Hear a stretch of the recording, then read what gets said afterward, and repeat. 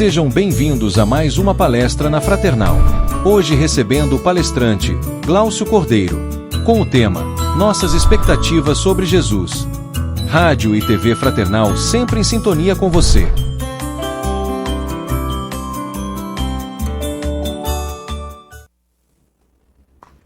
Olá, é um prazer novamente estar aqui com todos vocês para nós dividirmos nossas reflexões. E o tema que nós escolhemos para conversar sobre hoje é a respeito das nossas expectativas com relação a Jesus. E eu queria começar trazendo uma breve história sobre nós no Espiritismo, que foi um dos grandes movimentos ainda em construção que os nossos dirigentes planetários nos trouxeram para beneficiar a humanidade como um todo em termos de progresso, esclarecimento e direcionamento. Um processo esse que já dura milênios. Nas noites perdidas do tempo, é sempre feito uma conexão invisível, muitas das vezes para a maioria de nós, entre as diversas dimensões da vida, da qual nós vamos, assim, de certa forma, tocar de forma leve e passageira.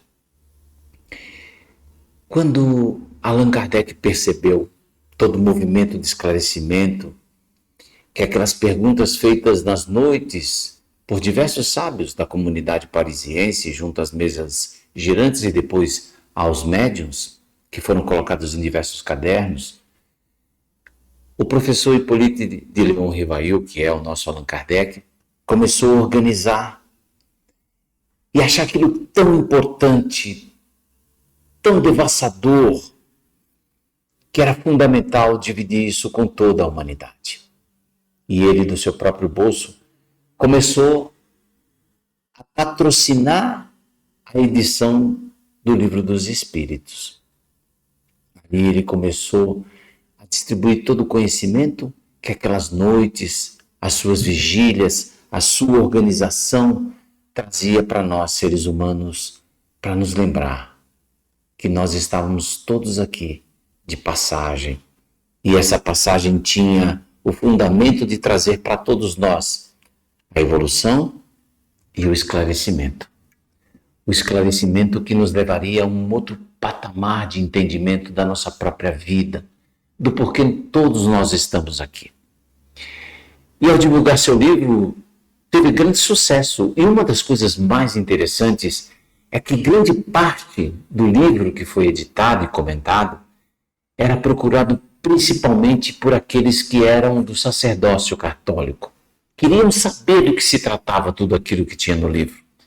O grande consumo das primeiras edições foram feitos pelos clérigos. Não era mais suficiente toda aquela parte da preparação que era feita nas homilias, em todas a parte das discussões do cânon bíblico através do latim, de uma língua cifrada que nem sempre era entendida por todos aqueles que iam nas igrejas, nas missas, nos seminários.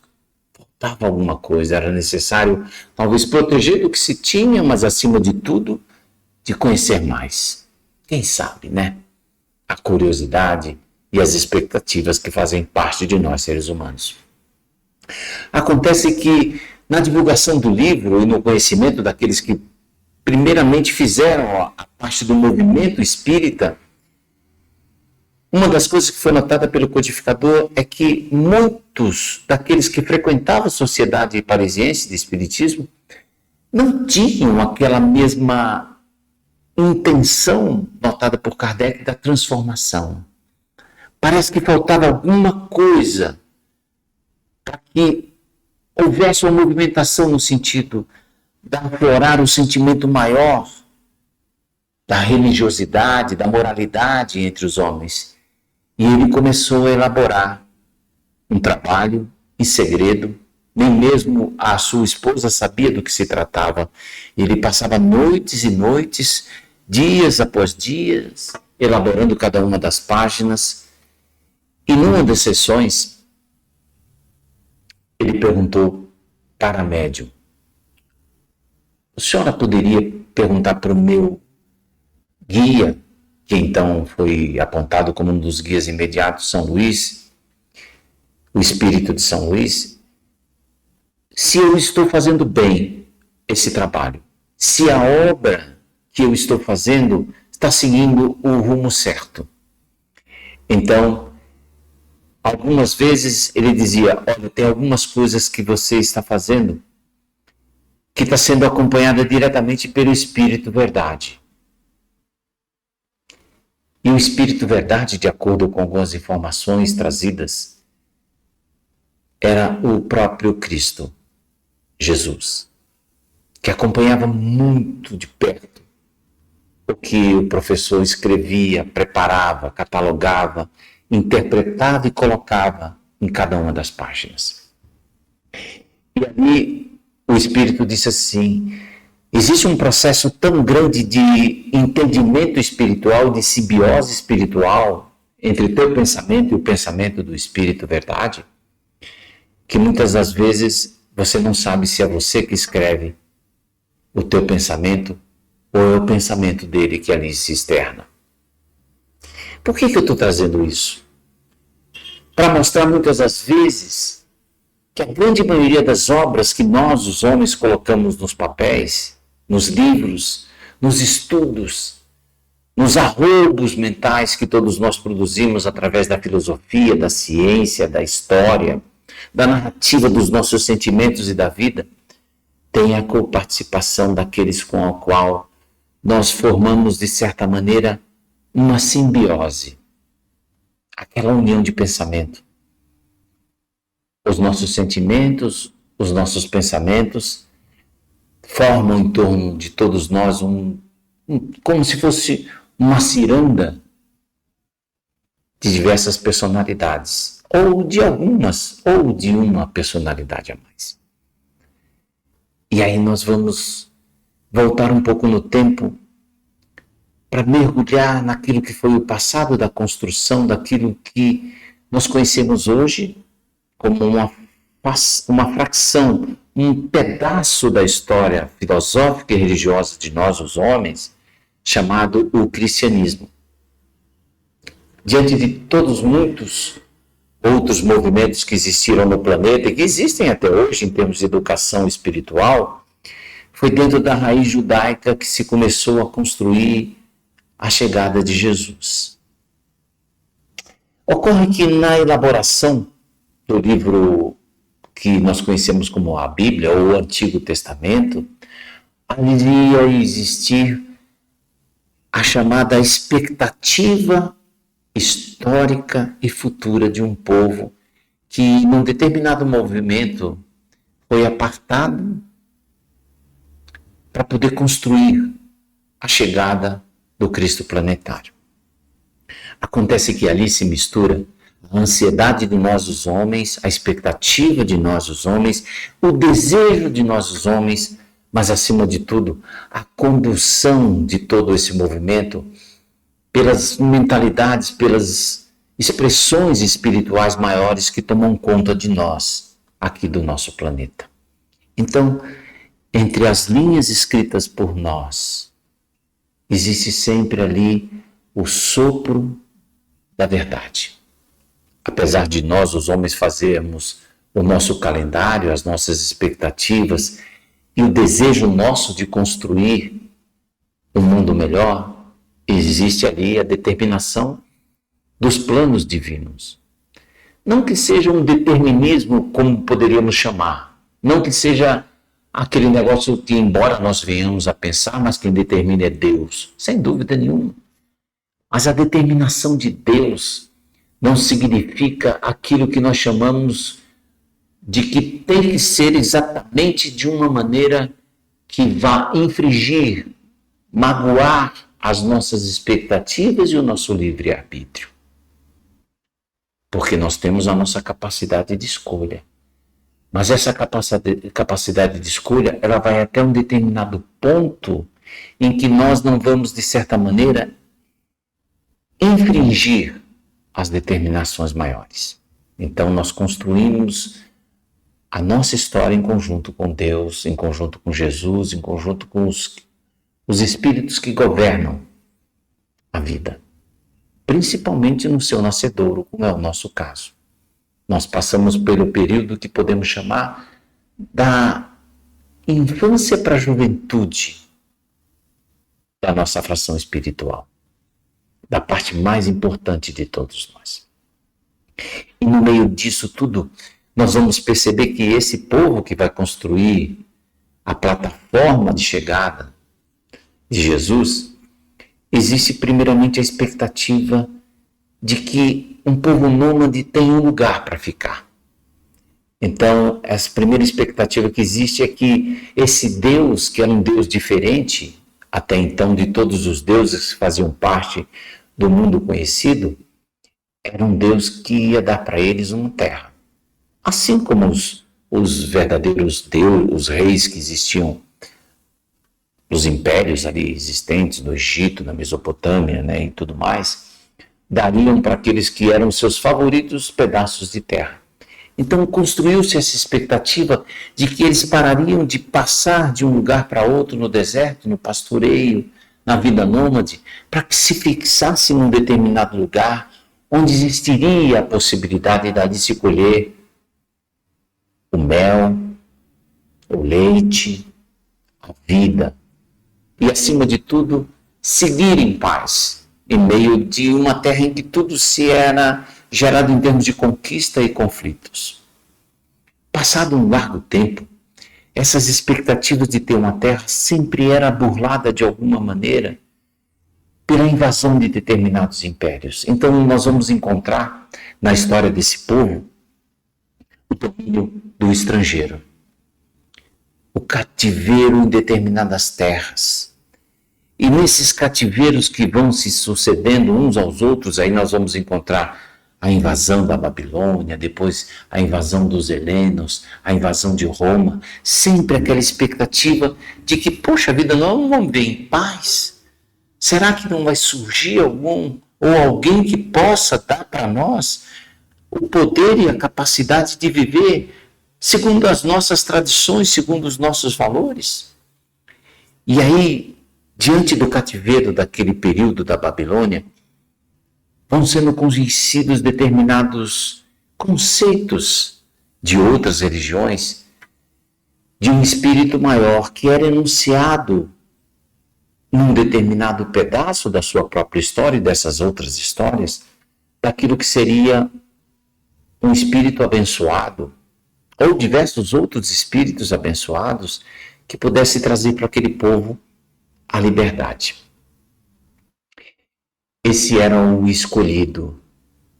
E esse escolhido era um ser abençoado pelos deuses, que de certa forma recebia homenagem e era reconhecido através de um rito em que se passava o azeite, o óleo, que era uma essência sagrada, uma essência considerada como divina, porque era capaz de, além de trazer a luz, quando se colocava num pavio, né? Fazia luz, era a presença de Deus.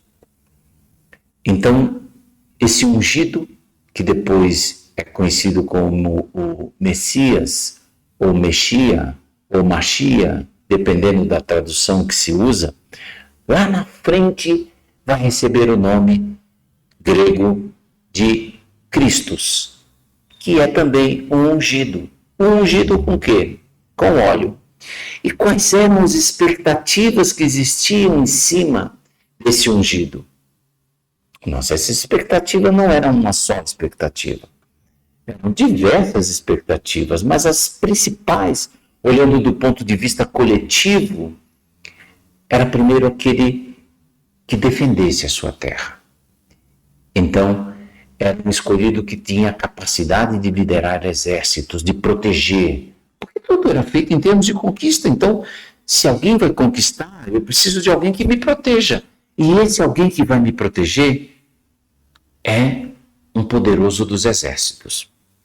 O outro tinha que ter a função de conduzir o povo na direção de Deus, de manter as tradições, de manter as leis dadas por um grande sábio que era Moisés. Então ele existia ali aquele que ia cuidar dos ritos de toda a lei que fazia daquele povo um povo santo, um povo escolhido, um povo justo, que se ajustava às leis. Mas precisava de um outro também que garantisse o sustento, cuidado com a terra, a administração, a gestão dos conflitos. E esse também era um juiz. Nossa, mas era muita expectativa para um somente cuidar. Então a gente tinha um que cuidava dos exércitos e da proteção, o outro que garantia a ligação com Deus e as suas leis, o outro que garantia a saúde, a alimentação. Então, na verdade, gerou-se ali a possibilidade de não ter somente um ungido, mas 2, talvez 3 ou até mais. Eles já tinham experimentado, de certa forma, a colocação dos reis diante do seu povo. Mas eles não eram bem reis, porque o rei absoluto, na concepção judaica, é Deus. Somente ele tem o poder e a glória. Todos os outros são seus mandatários. Então, mesmo que nós escutemos e vejamos nas narrativas e nos escritos o rei Salomão, o rei Davi, o rei tal, eles eram simples mandatários, porque o rei de verdade é Deus. Então, esses suzeranos já tinham passado e tinham feito determinadas coisas que não foi do agrado daquele povo que pedia a manutenção da sua santidade. Então, criou-se a expectativa de que viesse o ungido de Deus para poder restabelecer todas as coisas, libertando ele do jugo estrangeiro, dando a eles a liberdade, fazendo a emancipação daquele povo e aquele povo tendo a grande importância sagrada de ser a luz do mundo. E em todos os tempos eram sempre cantados pelos profetas, aqueles que tinham essa ligação com as coisas que vinham do alto, de como isso ia acontecer, como ele seria. Seria grandioso, seria divino, seria tão inteligente, tão poderoso assim como tinha sido Moisés, como tinham sido todos os profetas. E cada vez que surgia um sábio ou um profeta, eles analisavam, deve ser esse daí. Até que é chegada a ocasião em que chega ao planeta alguns espíritos de grande nobreza. Dentre eles, um que nós vamos conhecer mais tarde pelo nome de João, o Batista. E ele é chamado o precursor, aquele que vem antes do Senhor, aquele que vem, segundo as palavras de Isaías, para endireitar as veredas, que são os caminhos, aquele que vem clamar no deserto, na sublime palavra de aquele que clama no deserto, endireitai as veredas, preparai o caminho para o Senhor. E aí, quando surge a figura de Jesus, uma das atitudes de João Batista, que era reconhecido como um grande sábio, um homem de grande poder, um profeta diante dos homens, e ele é esmiuçado pelos chamados os fariseus, os escribas, os saduceus, para saber se era ele o enviado, o Messias. E ele adverte, chama atenção, indica com o dedo: vocês estão errados, é necessário que vocês se arrependam e se tornem um novo homem. E citava todos os profetas e falava de toda a história daquele povo que tinha que se manter. E durante muito tempo, os seus seguidores diziam: você, tem que ser você. Você é o Messias, você é o ungido. E ele dizia: aquele que há de vir, eu não sou digno nem de desatar os cordões de sua sandália. E aí, quando surge Jesus para o batismo, ele indica: eis o Cordeiro de Deus. Eis aquele que vai tirar todo o pecado do mundo. Numa linguagem simbólica, que nós precisamos mergulhar muitas das vezes na palavra dita para dizer o que significa isso. E o pecado, ele tem diversas traduções, e uma delas é o processo de você errar o alvo. Então, quando a gente fala do pecado, significa de tirar todos os pecados, é dizer assim, acertar as nossas ações e decisões no lugar certo, no alvo. Até porque a palavra rabi vem de arqueiro também, e significa aquele que atira a flecha. E se ele atira a flecha, é no sentido de acertar o alvo. E assim são as nossas atitudes, são as nossas escolhas, são para onde nós direcionamos os nossos esforços e apontamos o nosso arco, aonde nós queremos que a flecha vá parar. Mas a gente erra o alvo. O alvo não deve ser aquele. Como também nós erramos a flecha. Tem o alvo certo, mas a flecha não se direciona para ele. E nesse momento é que nós verificamos que Jesus vem para corrigir tudo isso. O que ocorre é que nessas expectativas da formação e da chegada do Messias, ele começa, de certa maneira, e totalmente contra as expectativas daquele povo. Porque durante toda a sua jornada, de todos os seus exemplos, de todos os seus esforços, nós vamos encontrar aquilo que seria a chamada decepção diante de tudo aquilo que era se esperado. Pois é. Ele tinha vindo para libertar o povo. Mas os romanos estavam ali. O que ele fazia a respeito? Ele veio para garantir que não faltasse pão, agasalho, lá para todos. Mas ele indica que nós deveríamos nos contentar com um pouco e não com o muito que todos desejavam. Ele vinha para garantir a execução da lei. Mas a lei, segundo as nossas interpretações, traziam determinados comportamentos que fugiam totalmente do ato maior de ética, bondade, fraternidade e misericórdia. Eram tão severas as leis, as nossas interpretações, que muitas das vezes, nos dias que eram chamados os dias sagrados, se alguém estivesse doente e estivesse um pouco além dos 1000 passos que pudéssemos dar, nós não poderíamos atender. Se alguém estivesse passando por alguma dor e necessitasse de cura, não da cura imediata assim da paralisia, da cegueira, mas da cura imediata da dor que o visitava, como era um sábado, nós tínhamos que deixá-lo sofrer. Era toda essa lei. Será que nós tínhamos entendido? Então as expectativas começam a ser frustradas, porque Jesus fala para nós nos contentarmos com o pouco que nós tínhamos.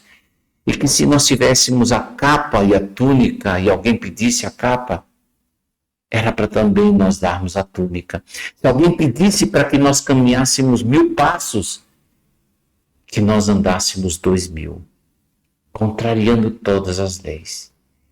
E para absurdo de todas as coisas e todos aqueles que seguiam Jesus, que eram seus discípulos mais próximos, que acreditavam que o reino tinha chegado e que em um determinado momento Jesus ia convocar todas as hostes celestes, os exércitos de Deus, para colocar para fora o dominador. Ele se submete ao maior dos castigos e na interpretação de todos aqueles que eram chamados os entendedores da lei, ele é submetido ao mais ultrajante de todas as provações, os castigos. Ele é submetido à crucificação, que era dada como uma das piores vergonhas que um ser humano poderia passar.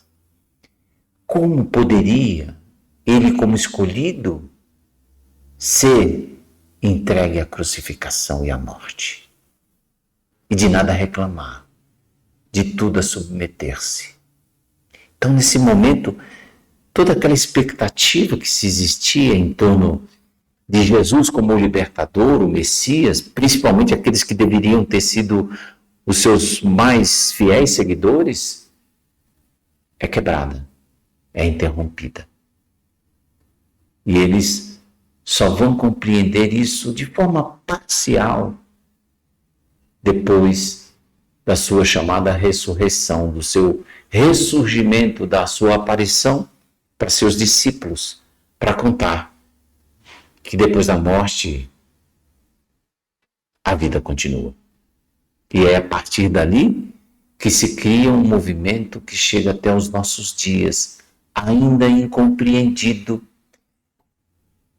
e em desacordo, muitas das vezes, às nossas expectativas. Porque nas nossas expectativas, nós entendemos que ao aderirmos à chamada mensagem de Jesus, a colocarmos Jesus como nosso mestre e entendemos que mestre só se torna para nós quando nós absorvemos os seus ensinamentos, o seu direcionamento, nós por vezes criamos expectativas de que todos nós seremos isentos das agruras da vida, das dores, dos desafios que a vida exige de cada um de nós. Porque ele nos deixa o recado principal de que aqueles que querem me seguir deverão abraçar as suas dificuldades, as suas cruzes e seguir após mim. Significa que nós não viemos para cá, para a nossa terra, para nos encontrarmos num processo de isenção, de salvação imediata só porque nós aderimos ao processo de seguir Jesus. Porque quando nós entendermos que Jesus vem nos colocar num processo de trabalho, de esforço e crescimento, é de que essa nossa participação no movimento geral da construção do que Deus espera de cada um de nós, e Jesus reforça isso, é através do trabalho, de nós colocarmos nossas mãos à obra de construir um mundo melhor. E esse mundo melhor, meus queridos amigos, ele não está longe de todos nós, mas sim dentro de cada um de nós, quando nós incorporamos a nossa responsabilidade dessa construção, dessa participação. É muito lógico nós ouvirmos da maioria de nós de que mal vemos a hora de que ao nosso desencarne, ao nosso desenlace, passemos a mundos mais evoluídos. Ou mesmo se o nosso mundo se tornar realmente um mundo de regeneração, possamos participar. Mas essa participação exige de cada um de nós, além das nossas expectativas, trabalho, estudo e demonstração e transformação de todos nós para que isso ocorra. E esse processo começa dentro de nós. E o primeiro reflexo de tudo isso deve acontecer em cada um dos nossos lares, próximo às pessoas que é dado como os nossos familiares, naqueles desafios, às vezes, que nós consideramos como tão pequenos, mas às vezes tão difíceis de executar. No amor, no perdão, na compreensão, na tolerância, no exercício primário que aguarda a todos nós, ali, no milímetro que se encontra próximo ao nosso nariz, aos nossos olhos, chamado família, chamado trabalho, chamado desafio no centro espírita, na igreja, no templo, aonde você tem a sua preferência de frequentar. Porque essa é a nossa missão, de fazer o mundo melhor, através de nós mesmos. E como nos deixou a mensagem um dos seus discípulos mais queridos dentro do cristianismo, Francisco de Assis: sê tu o Cristo. Muita paz a todos e que sigamos com Deus e Jesus no coração. Até mais.